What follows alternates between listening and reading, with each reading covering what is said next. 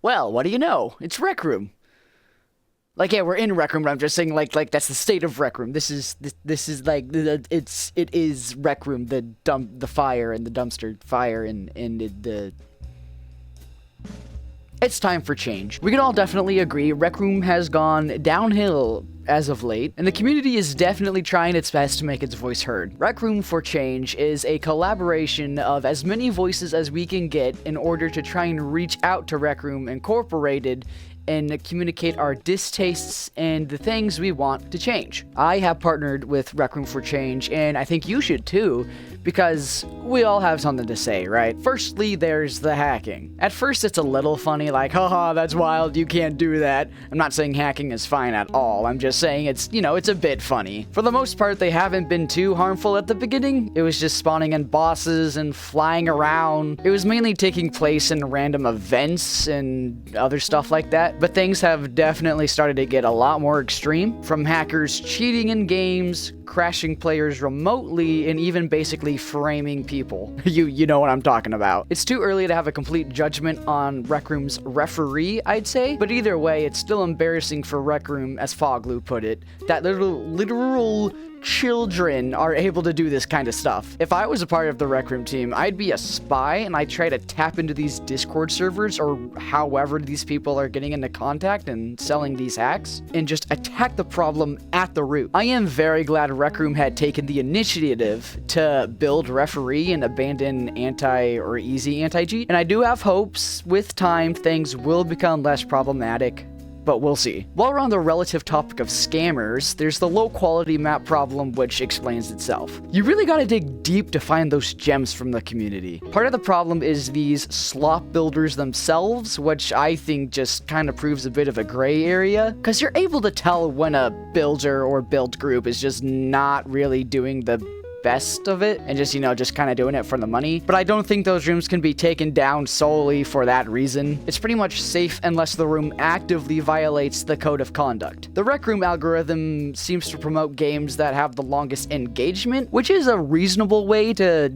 decide what rooms to push out there. But as we know, the primary audience for these maps are children. Easily attracted, easily influenced, easily profitable. I don't mind trying to dig for better rooms, but the slop rooms become unavoidable sometimes. I'd recommend Rec Room implement a dislike button, as Gradino explained in one of his shorts. It's a really clever idea. With a publicly visible ratio of the likes to dislikes, it can make easy informing at a glance. This would obviously not fix the problem, but I do think it could definitely help. And then weekly challenges goes without saying. As Therapeutic put it, it really is the straw that broke the camel's back. I wouldn't mind more reskins or even repetitive re-releases just for the sake of having them back, but there has been some chatter that weeklies won't be gone permanently, but we'll see. The current lore with Rec Room isn't, it's not a major and it's not a major problem either, but the current lore with all the dumb elsewhere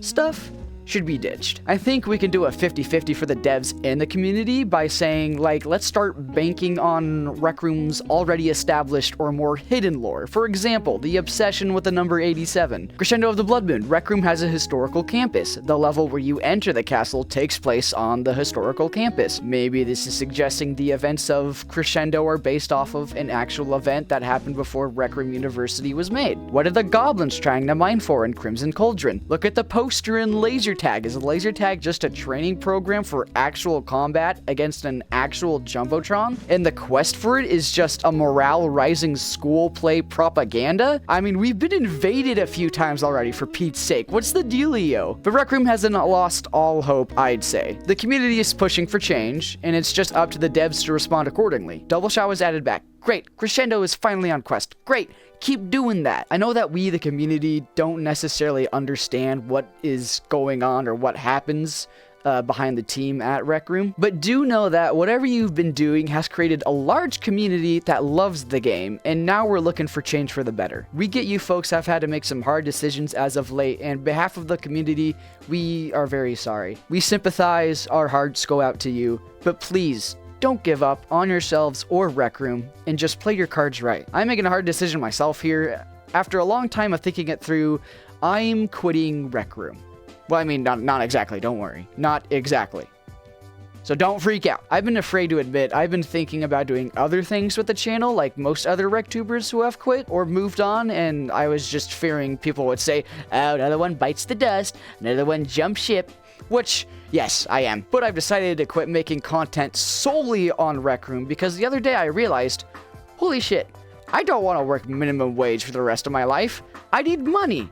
For forever. Rec Room proved to be a good stepping stone to get this channel going, and now I can use it as a tool to generate some income. So I will begin to upload other videos on other games, such as Animal Company, Into the Radius, maybe some VR Minecraft, Half-Life Alyx, and what I am excited for that comes out just in this May, Postal 2 VR, which will probably get me canceled. That game is violent. Since I'm putting non-Rec Room games on the general channel and not behind a membership paywall like I usually do, new videos that are not Rec Room related will be posted here as normal, and channel members will have access to other kinds of exclusive videos, like feet pics. I don't think Rec Room can provide a sustainable career, for me at least, but I do think it is a great place for new people to get started on new things like YouTube and stuff like that. Which is why I'm proud to announce I'm currently working on a club that will be based around getting content creators of all kinds to meet one another,